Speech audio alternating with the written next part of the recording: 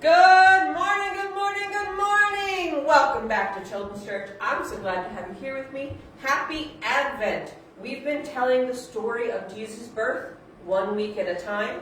We talked about Gabriel visiting Elizabeth and Gabriel visiting Mary. And today we're talking about their travel and Jesus' birth in Bethlehem. And then the week after that is the shepherds, and then it's the wise men. You understand. So, we're in the book of Luke, chapter 2. In those days, a decree went out from Caesar Augustus that the whole empire should be registered. This first registration took place while Quirinius was governing Syria. So everyone went to be registered, or I was going to give you another word, but I forgot it. Each to his own town.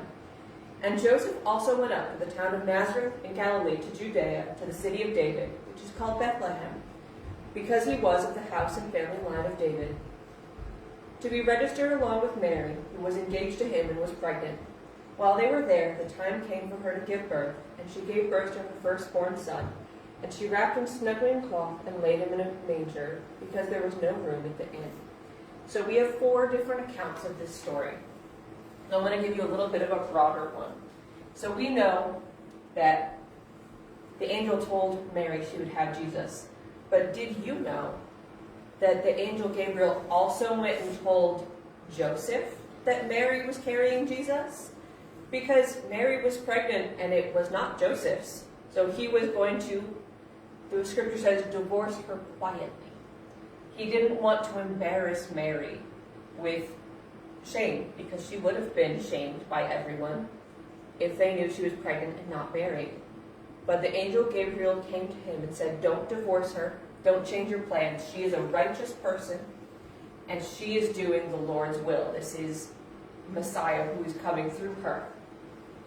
And Joseph chose to stay with her, so they had to be counted among the people.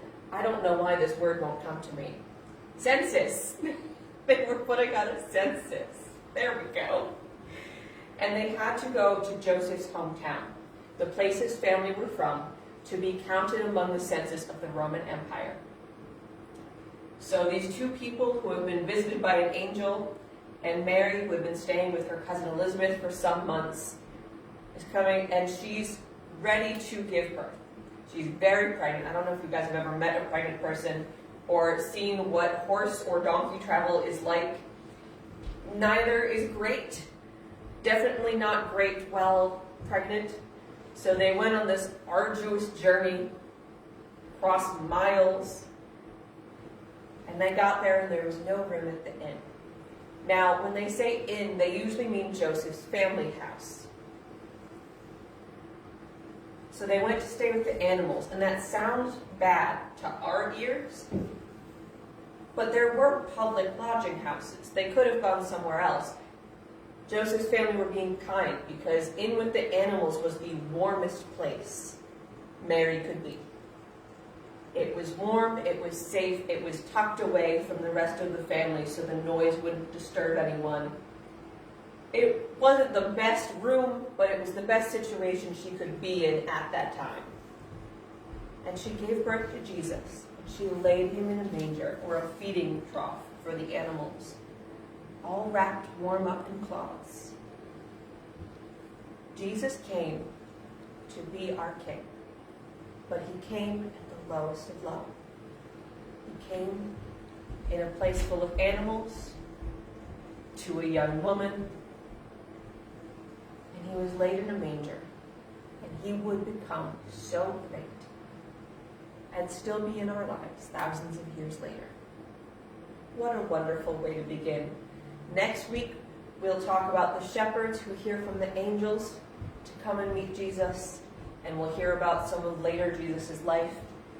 But I wanted to tell the story early this year to make sure that as many people as could hear it before travel plans or anything else happened. Have a wonderful week, guys. Happy Advent. I'll see you back next week for our next part of the story.